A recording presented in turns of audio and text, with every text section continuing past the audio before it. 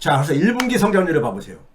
1분기 성장률 내용을 보게 되면 우리가 1.7%였다 그랬잖아요.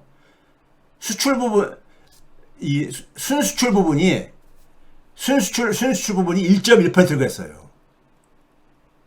예? 거기다 설비 투자가 또 0.4%를 해놨거든요. 설비 투자도 대부분도 뭐냐면 이게 반도체와 관련된 설비 투자인 거예요. 그러니까 전체 성장률에서 한 3% 5% 정도가 반도체로 만들어내는 거야. 가계 소비는 여전히 작년하고 비슷해. 가계 소비는요. 예? 가계 소비는 전혀 그러니까는 이게 가계 소비는 성장에 기여를 못 하고 있는 거예요. 예? 이거 이제 1분기 성장률 그러니까 저기 이제 연간 성장률을 해가지고 계산을 한 겁니다. 예? 가계 소비가 기본적으로 작년에 그러니까 저기 이 뭡니까요?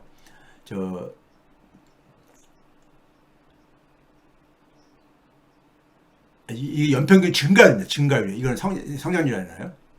이 성장률이고 나머지 부분은 증가율인데 예, 이것도 참고를 하시고요. 그 다음에 이제 우리가 수출이 이렇게 증가하게 된데 수출의 기여도가 커진 이유 중에는 뭐냐면은 순수출입니다. 수출하고 수입에서 수입을 뺀 거거든요. 근데 우리가 수입이 줄어든 부분이 있죠. 전쟁이 터지면서 에너지 석유 수입액이 그냥 강제로 축소가 됐어요. 그다음 또 하나는 뭐냐면 작년 때에 비해 가지고 1, 2월달 기준으로는 석유 가격이 많이 떨어졌었거든요.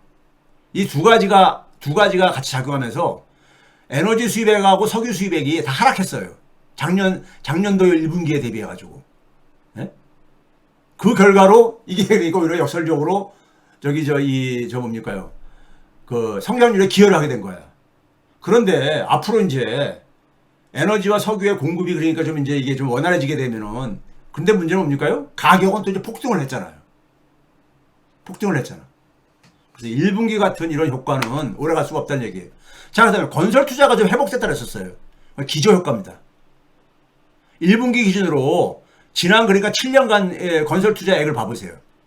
올해 1분기에 260조거든요. 260조인데 이게 저기 22년, 21년, 예? 21년 1분기 5년 전부터 계속해서 이렇게 미끄러져 내려오고 있잖아요. 예? 그러니까 작년 4분기 대비해서 그러니까 이게 기저효과로 좀 올라갔다는 얘기지. 예? 같은 1분기 기준으로는 건설 투자도 마이너스가 계속 지속되고 있는 거예요. 자, 네, 반도체입니다. 반도체가 이거 그림을 봐보세요. 올해 1분기에 혼자서 저기 오렌지 색깔이 저건데 혼자서 꽁충 뛰잖아요. 네? 이 오렌지 색깔이 반도체가 만든 무역흑자예요. 무역흑자가 바로 이제 순수출과 가장 밀접한 무역 지표거든요. 네? 이게 만들어낸 거예요. 네? 이게 만들어낸 겁니다. 반도체가요. 그 다음에 우리가 문제는 뭐냐면 이제 대만하고 좀 비교해 봅시다. 대만하고요. 이게 코로나 팬데믹이 터진 해 2020년부터 성장률, 매해 성장률 그러니까 올해 올해는 예상치고요. 쭉 보시게 되게 되면은 어떻습니까요? 대만이 다 이렇게 23년 동안 빼놓고 대만이 한국을 압도적으로 추월하고 있죠. 대만 작년에요 8.7%가 성장했습니다. 우리 1.0% 했을 때. 네? 그러니까 지난 5년 동안에 2020년부터 25년 그러니까 이게 6년이죠. 그러니까 횟수로는요. 6년 동안 연평균 성장률이 우리는 1.9% 정도뿐이 안 되고 대만은 4.6%였었어요. 네? 대만이 먼저 그러니까는 이 반도체 효과를 일찍이 누린 거예요. 왜 그러냐? 반도체 생태계의 위상에 있어서 차이가 있기 때문입니다. 차이가 있기 때문인 거예요. 자, 봅시다. 팬데믹 이후에 팬데믹 이전에는 2000 금융위기 이후에는 우리가 대만을 앞섰었어요. 성장률이요. 우리 3.2, 대만 2.95%. 근데 팬데믹 이후에 봐보세요. 완전히 역전당하잖아요. 그렇죠? 자, 그러다 보니까 조선일보에서 이따위 기사를 낸 거예요. 네? TSMC의 대만 5년 뒤엔 한국과 노는 물이 다르다. 네? 대만이 그러니까는 소위 말해서 국민소득이 이거 봐보세요. 1인당 국민소득이 우리나라가요 2005년 노무현 정부 때부터 2014년까지 한 10년 동안에 2만 달러에 있었습니다. 그리고 2015년부터 지금까지 3만 달러대가 계속 살고 있는 거예요. 예? 3만 달러대가 11년, 12년 동안에 그러니까요. 예? 12년 동안 3만 달러대에서 못 벗어나고 있는 거예요, 우리가요. 대만은 우리보다 뒤늦게 2만 달러대에 진입합니다. 2011년도에나. 그래서 2021년까지 한 10년간 2만 달러대에 있었어요. 우리처럼 비싸게 한 10년 정도예요. 그런데 대만은 2021년 이후 4년 만에 4만 달러 돌파한 거예요. 거기다가 올해는 4만 5천 달러가 돌파할 걸로 대만 중앙은행과 대만 정부가 추정을 하고 있어요. 이런 속도로 가게 되면 내년에는 5만 달러 돌파할 수 있는 거예요. 5만 달러 돌파하는 나라가 지구상에 그렇게 많지는 않습니다. 예? 소위 말해서 그러니까 선진국가라고 하는 나라들이 그런데 대만이 그러니까 2021년 이후 쫙 가는데 이게 2021년 이후가 뭡니까요? AI 붐.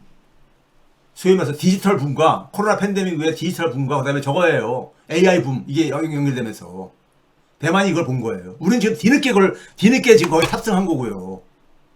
이거 봐보세요. TSMC의 매출액하고 삼성전자 하이닉스 매출액을 2018년에 100으로 했을 때 2018년에 반도체 붐이 있었거든요. 그때를 100으로 했을 때 자 추이를 봐보세요. TSMC가 훨씬 더 높죠. 성장 속도가 빠르잖아요. 이 성장 속도가 경제 성장률의 차이하고 거의 같이 간 거예요. 차이하고 같이 간 거야. 예? 두 나라 다 그러니까 반도체 가지고 최근에 AI 붐 가지고요. 그러니까 반도체 의존도 봐보세요. 수출액에 있어서 우리가 지금 3월달, 4월달 연속 800억 달러 돌파했다고 해가지고 막 그러잖아요. 대단한 겁니다. 우리나라 700억 달러, 월 수출액이 700억 달러가 돌파한 적이 없었어요. 근데 갑자기 700억 달러를 건너뛰고 800억 달러로 꽁추 뛴 거야. 3월달, 4월달에요. 그런데 우리만 그러는 거냐? 대만도 800억 달러 돌파했어요. 3월달에요. 4월달은 아직 안 나왔습니다. 대만도 800억 달러 돌파했어요. 문제는 대만은 우리보다 인구가 45%뿐이 안 되는 나라예요. 예?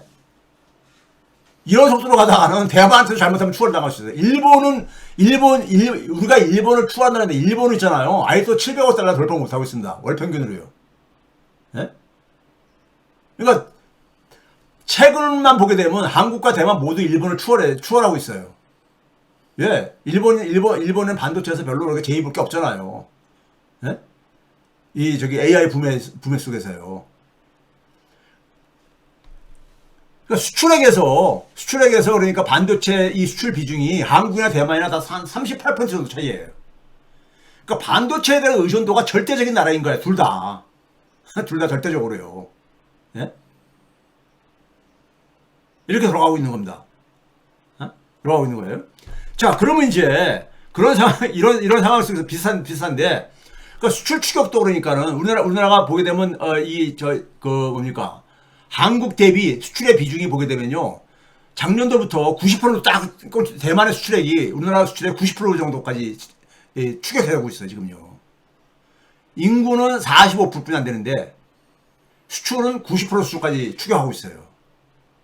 이게 왜 그런 겁니까? 최근에 그러니까 2021년도부터 이게 쭉 이렇게 빠르게 올라가고 있잖아요. 이게 코로나 팬데믹 이후에요. 네? 왜 그래요? 코로나 팬데믹 이후에 흔히 말해서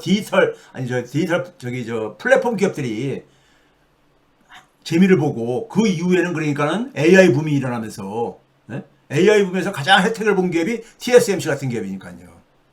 네? 올해 1분기 기준으로 수출액이 보게 되면 우리나라가 사상 최대입니다. 이게 봐보세요. 기껏해야 2020년 최고일 때 1,700억 달러였었는데 이번에 2,200억 달러. 2,200억 달러 1분기 수출액이요. 네? 그러니까 이 속도로 가게 되면요. 1년이 4분기니까는 8천억 달러 돌파할 수 있는 거야. 8천억 달러요. 네? 올해. 그러면 일본을 추월하는 겁니다. 추월하는 거예요, 그럼요. 진짜 이 속도로 계속 갈 수만 있다면은. 네? 갈 수만 있다면요. 전제를 깔고 있습니다. 근데 대만도 우리가 턱밑 색깔 쫓아올 겁니다. 근데 문제는요. 자, 이 무역흑자를 한번 봐보세요. 우리나라 무역흑자가 최근에 엄청 증가하고 있거든요. 우리나라가 2011년부터 25년까지 우리나라가 무역흑자가요. 파란색이 한국입니다. 6,800억 달러 정도. 지난 15년간에. 예? 굉장히 많이 무역자 달성한 거죠. 근데 대만을 봐보세요. 대만이요. 8,700억 달러 정도. 우리나라보다도 거의 한 2천 달러 더 많아요. 우리보다 인구는 작은 나라가 훨씬 더 수출해가지고 돈을 더 많이 벌고 있다는 얘기예요. 예? 근데 최근에 한번 봐보세요. 23년부터 25년 AI 붐이 일기 시작한 이때는 거의 3배 차이 나잖아요. 최근에 그러니까 이게 주도한 거예요. 대만이요. 대만이 그러니까 이 반도체는 되게 이 무역 수지가 흑자가 굉장히 큰 산업입니다. 예? 그 다음에 올해 1분기 봐보세요. 올해 1분기에 무역 흑자도 보게 되면은, 예? 비슷하잖아요. 이제 500, 우리보다 조금 더 많잖아요. 여전히. 그러니까요. 예? 이게 대만의 높은 성장률이 바로 이것도 마찬가지로 반도체의 결과물이라 이거예요. 근데 단지 문제는 뭐냐면 우리보다 먼저 반도체 호황을 경험한 거야. 반도체 호황을 우리보다 먼저 경험한 거죠. 왜 그렇습니까? 23년도부터 엔비디아가 소위 말해서 그러니까 선두주자로 이렇게 치고 올라오면서 엔비디아가 뭡니까요? 반도체 칩을 그러니까 AI 칩을 만드는 설계하는 회사잖아요. 그 설계한 대로 만들어주는 회사가 TSMC잖아요.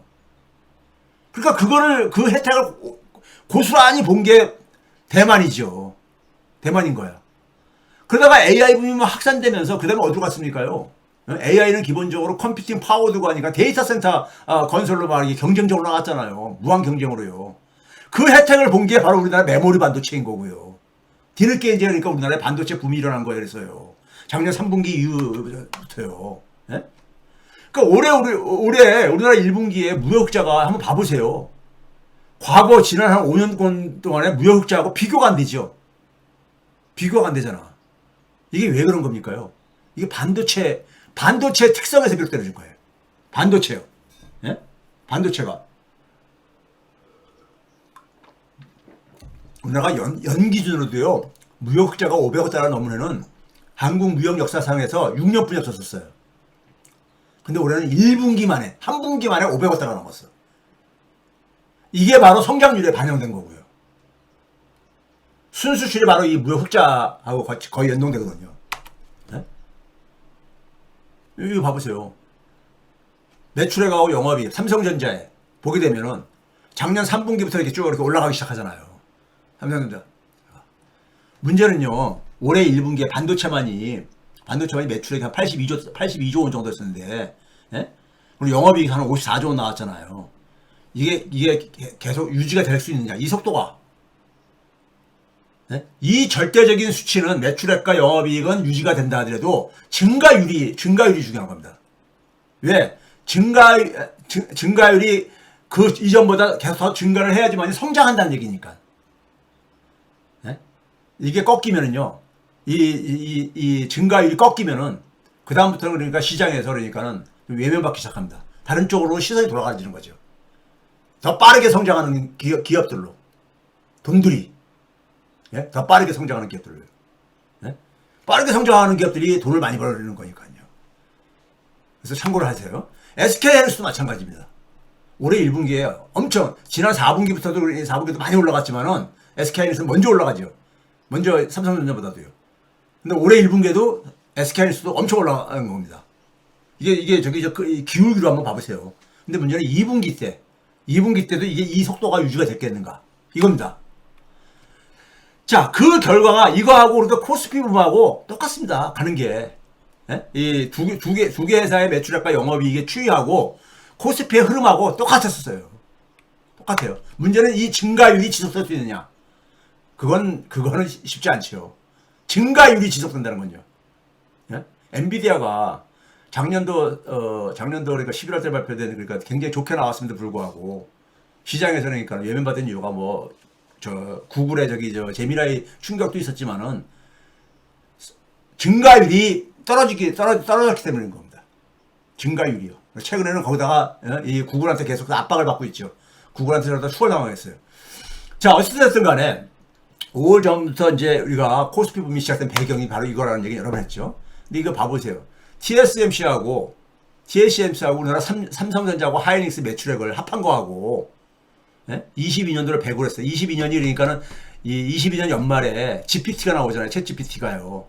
예? 23년도에는 좀 이게 불황에 그랬었습니다. 반도체가 쭉 올라가는데 TSMC가 더 앞서가 갔잖아요. 앞서가다 보니까는 우리나라보다 앞서가다 보니까는 그러다 보니까는 먼저 대만이 그러니까는 큰 성장률을 본 거고 올해 1분기도 여전히 그러니까 앞서가고 있는 겁니다. 한국 메모리 반도체는요, 이 매출액 지수를 보게 되면 올해 1분기에 꽝쭉 뛰거든요. 예? 그래서 올해 1분기에 이게 폭발적으로 이렇게 증가하다 보니까 이 그림에서도 봐보세요. 폭발적으로 증가하다 보니까 그게 성장률에 그렇게 반영된 거예요. 근데 대만은 꾸준히 증가하는 거고요. 1분기 증가율이 유지가 되려면요, 제가 계산을 해보면은 삼성전자와 SK 하이닉스의 매출액이 235조가 나와야 돼. 1분기에 134조였었거든요. 이건 불가능하죠. 제가 볼 때는요. 그러니까 4분기 대비 1분기에 증가율만큼을 증가한다고 했을 때 지금 한 100조 정도가 더 증가해야 되는데 이거는 제가 볼 때 어렵습니다. 그 이유 중에 한 가지는 뭐냐면요. 지금 4월달 수출액이 나왔잖아요. 4월달 수출액인데 4월달 반도체 수출액이 조금 꺾였어요. 3월달보다 꺾였어. 그러니까 수출 비중도 좀 줄어들고 수출액도 좀 줄어들었습니다. 그래서 반도체 수출액이 한 10억 달러 정도 줄어들었습니다. 3월달보다도 4월달에 줄어들었어. 3개월 이동 평균으로 보아도 좀 증가율이 꺾이고 있어요. 증가율이요. 절대적인 규모.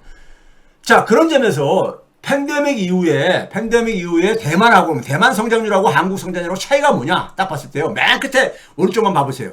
빨간색이 대만이고 파란색이 한국인데 한국은 성장률이 1.9% 반올림 해가지고요. 가계소비는 1.2%잖아요. 대만은 성장률이 4.6%였었습니다. 4.6%. 그런데 가계소비가 2.5%였었어요. 예? 대만은 그러니까는 그 4.6 중에서 절반 이상 정도를 그래도 가계소비가 이렇게 만들어낸 거예요. 가계소비 증가율이 그러니까는 가계소비 증가율이 2% 이상을 계속 유지를 하고 있는 거예요. 그러니까요. 한국은 1%로 내려왔는데. 예? 이게 이제 그러니까는 대만의 성장률이 우리보다 훨씬 높은 이유가 똑같은 반도체 힘으로 하더라도 더 높은 이유가 대만은 가계소비 지출이 그나마 뒷받침이 같이 되고 있다는 얘기예요. 우리는 별로 변화가 없는데 우리는 반도체만 혼자서 잘 가고 있는데. 예? 그러니까 똑같이 성장률은 굉장히 높아졌는데 두 나라 다 높아졌는데 대만이 훨씬 더 높잖아요. 높은 이유가 대만은 가계소비 증가율도 같이 올라가고 있더라 이거예요. 예? AI 붐 이후에 한국과 대만의 차이. 봐보세요 이거요. 23년부터 25년이 AI 붐이 일어났을 때잖아요. 연평균 성장률이 1.5%고 민간 소비 증가율이 우리나라 1.5% 정도 됐었어요. 대만은 연평균 성장률이 한 5%였는데 민간 소비 증가율도 4.2%로 높잖아요. 소비 증가율이 높잖아. 예? 우리나라보다 한 2.5배 정도 더 높잖아요. 예? 그러니까 그러니까 내수가 뒷받침 되니까는 성장률이 그러니까는 반도체 수출의 힘에다가 플러스 시키는 거야 이게. 이게 그러니까 대만도 물론 불평등도 굉장히 심합니다. 예? 급여도 굉장히 낮고 다 낮아요. 그래서 어찌됐든 간에 민간 소비가 가다 이거예요. 그러니까 한국과 대만의 차이는 뭐냐면요. 반도체 생태계에서 유상 차이 앞에서 얘기한 TSMC하고 우리나라 삼성전자, SK하이닉스가 그러니까 반도체 생산 차지하는 유상의 차이가 있고 거기에 가계 소비, 내수의 역할 차이라 이겁니다. 내수의 역할 차이. 한국은 뭐냐면 세대당 가계 소득과 가계 소비가 같이 이렇게 하락을 하고 있어요. 그러니까 우리나라 보게 되면요. 1분기 기준으로 세대당 월평균 실질 가계 소비 지출이요. 올해 1분기에 367만 원입니다. 올해 1분기에요. 이번에 1분기에 367만 원이에요. 근데 이게 2019년 코로나 팬데믹 직전은 2019년에 369만 원보다도 2만 원 적은 거예요. 그러니까 우리는 가계 소비가 이렇게 억압된 거예요. 그러니까 성장률을 그만큼 내수가 못 끌어올리는 거죠. 유일하게 끌어올리는 게 지금 반도체만 가지고 끌어올려지는 거예요. 우리는요. 반도체만 가지고요. 그럼 반도체가 계속 이 성장을 해주지 못하면은 이거 문제. 그래서 1분기에 자영업자의 그러니까 수입을 보게 되면요. 판매 수입을 보게 되면은 840만 원 정도가 되는데 이게 2023년보다도 저기 윤석열 때죠. 그 이전인 그러니까는 문재인 정권 때, 문재인 정권 마지막 때가 856만 원 정도 됐었습니다. 그러니까 자영업자가 그러니까 어려운 이유가 가계 소비가 회복이 안 되니까. 가계 소비가 회복이 안 되니까요. 그러니까 1분기에도 여전히 뭐냐면 우리가 아주 그냥 비현실적인 성장률이 나왔지만은 내수는 그러니까 별로 회복이 안 되고 있다 이거예요. 그러다 보니까 체감을 못 한다 이거예요. 체감을 못 한다 이거죠. 예? 그 성장률을요. 이거 봐보세요. 월급쟁이들의 1, 2월 달, 3월 달까지는 안 나왔지만은 3월 달 전쟁 나기 전에 1, 2월 달에 월 평균 실질 금요도요. 399만 원인데 2022년이 400만 원이었었어요. 그러니까 잃어버릴 한 4년 되는 거죠. 월급쟁이들도. 네? 월급쟁이들도요. 그러니까 소득하고 가계가 그러니까 가계의 소득과 소비가 올해 1분기도 뚜껑을 열어보니까는 별로 변화가 없다 이거예요. 없다 이거예요. 그 내수가 안 살아나니까 아까 내수의 성장 기여도, 가계 소비의 성장 기여도를 보게 되면 별 변화가 없잖아요. 반도체의 힘만 가지고 만들어낸 거. 네? 그게 대만하고의 그러니까는 차이인 겁니다.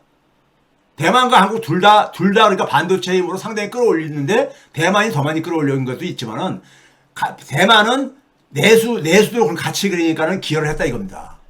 그 결과가 대만이 지금 앞서가고 있는 거고 대만은 그러니까는 지금 4만 5천 달러대를 올해 내다보고 앉아있다 이거예요.